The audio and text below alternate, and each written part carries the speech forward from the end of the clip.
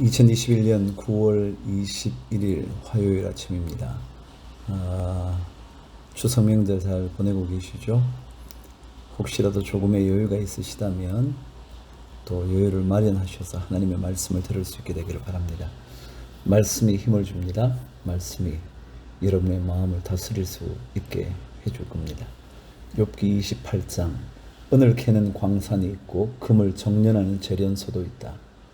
철은 흙에서 캐어내며 구리는 광석을 녹여서 얻는다. 광부들은 땅속을 깊이 파고 들어가서 땅속이 아무리 캄캄해도 그 캄캄한 구석구석에서 광석을 캐어낸다. 사람이 사는 곳에서 멀리 떨어진 곳, 사람의 발이 가닿지 않는 곳에 사람들은 갱도를 판다. 줄을 타고 매달려서 외롭게 일을 한다. 땅 위에서는 먹거리가 자라지만 땅 속은 같은 땅인데도 용암으로 들끓고 있다. 바위에는 사파이어가 있고 돌가루에는 금이 섞여 있다. 설계도 거기에 이르는 길을 알지 못하고 매의 날카로운 눈도 그 길을 찾지 못한다. 겁없는 맹수도 거기에 발을 들여놓은 적이 없고 무서운 사자도 그곳을 밟아본 적이 없다.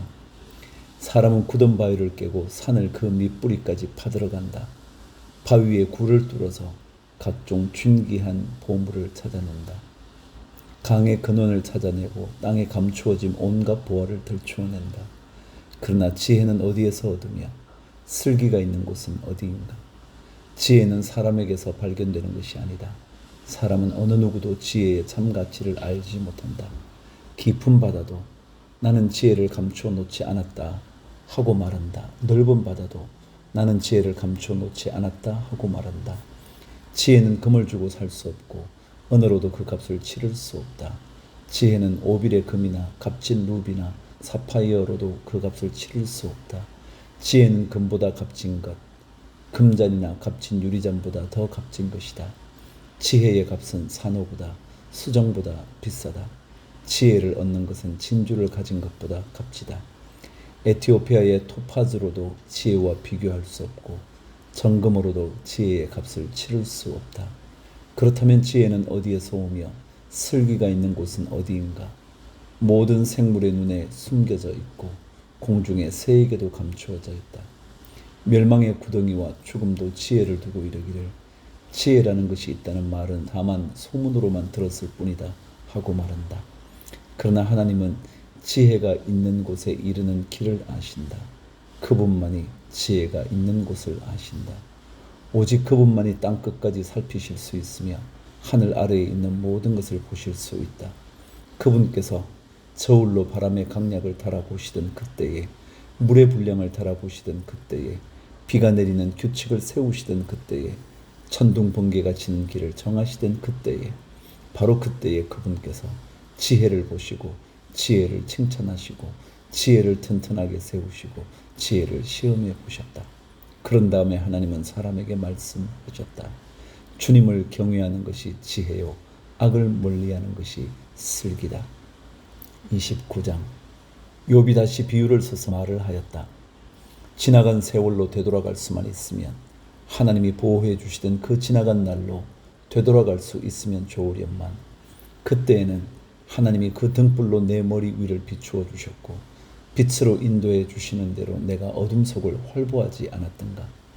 내가 그처럼 잘 살던 그 시절로 다시 돌아가서 살 수 있으면 좋으련만, 내 집에서 하나님과 친밀하게 사귀던 그 시절로 되돌아갈 수 있으면 좋으련만, 그때에는 전능하신 분께서 나와 함께 계시고 내 자녀들도 나와 함께 있었건만, 젖소와 양들이 젖을 많이 내어서 내 발이 젖으로 흠뻑 젖었건만, 돌짝밭에서 자란 올리브 나무에서는 올리브 기름이 강물처럼 흘러나왔건만, 그때는 내가 성문회관에 나가거나 광장의 자리를 잡고 앉으면 젊은이들은 나를 보고 비켜서고 노인들은 일어나서 내게 인사하였건만, 원로들도 하던 말을 멈추고 손으로 입을 가렸으며 귀족들도 혀가 입천장에 달라붙기나 한 것처럼 말소리를 죽였건만, 내 소문을 들은 사람들은 내가 한 일을 칭찬하고 나를 직접 본 사람들은 내가 한 일을 기꺼이 자랑하고 다녔다.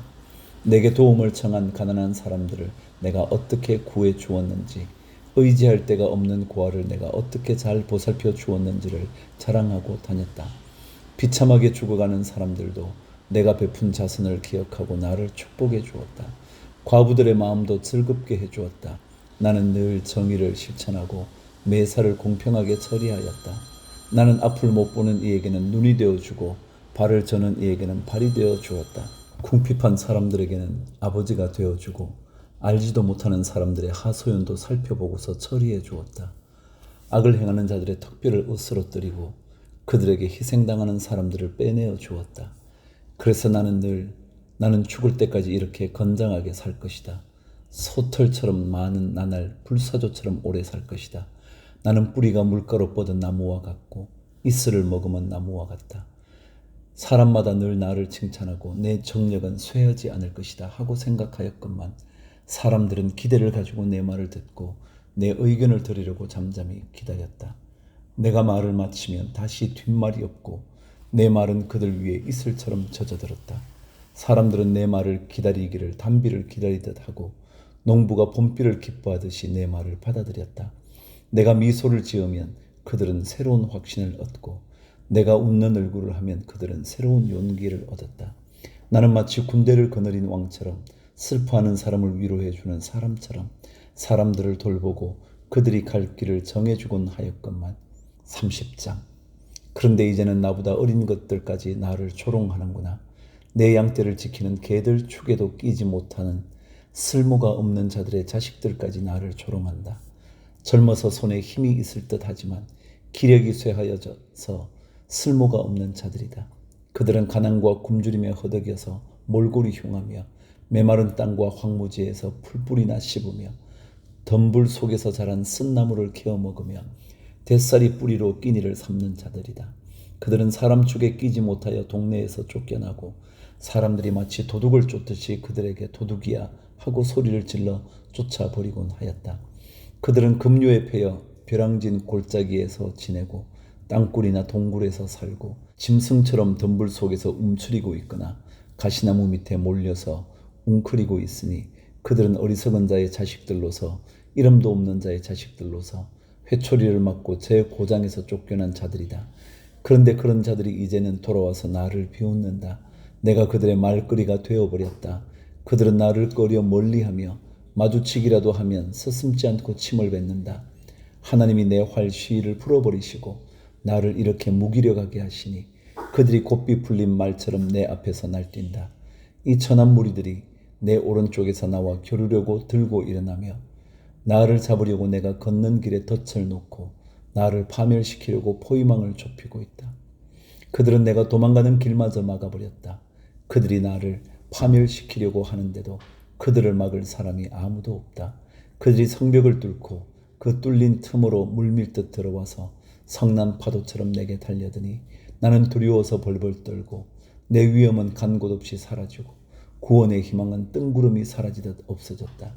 나는 이제 기력이 쇠하여서 죽을 지경에 이르렀다. 지금까지 나는 괴로운 나날들에 사로잡혀서 편하게 쉬지 못하였다. 밤에는 뼈가 쑤시고 뼈를 깎는 아픔이 그치지 않는다. 하나님이 그 거센 힘으로 내 옷을 거세게 잡아당기셔서 나를 옷깃처럼 휘어 감으신다. 하나님이 나를 진흙 속에 던지시니 내가 진흙이나 쓰레기보다 나을 것이 없다. 주님, 내가 주님께 부르짖어도 주님께서는 내게 응답하지 않으십니다. 내가 주님께 기도해도 주님께서는 들은 채도 않으십니다. 주님께서는 내게 너무 잔인하십니다. 힘이 세신 주님께서 힘이 없는 나를 핍박하십니다. 나를 들어 올려서 바람에 날리게 하시며 태풍에 휩쓸려서 흔적도 없이 사라지게 하십니다. 나는 잘 알고 있습니다. 주님께서는 나를 죽음으로 몰아넣고 계십니다. 끝내 나를 살아있는 모든 사람들이 다 함께 만나는 그 죽음의 집으로 돌아가게 하십니다. 주님께서는 어찌하여 망할 수밖에 없는 연약한 이 몸을 치십니까? 기껏 하나님의 자비나 빌어야 하는 것밖에는 아무것도 할 수 없는 보잘것없는 이 몸을 어찌하여 그렇게 세게 치십니까? 고난받는 사람을 보면 함께 울었다. 궁핍한 사람을 보면 나도 함께 마음 아파하였다. 내가 바라던 행복은 오지 않고 화가 들이닥쳤구나. 빛을 바랐더니 어둠이 밀어 닥쳤다. 근심과 고통으로 마음이 갈기갈기 찢어지고 하루도 고통스럽지 않은 날이 없이 지금까지 살아왔다.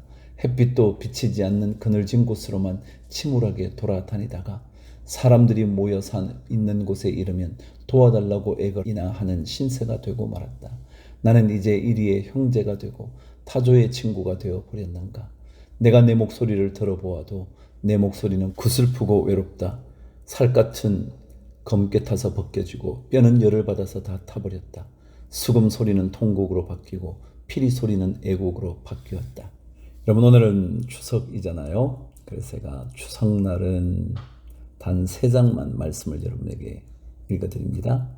욥기 28, 29, 30.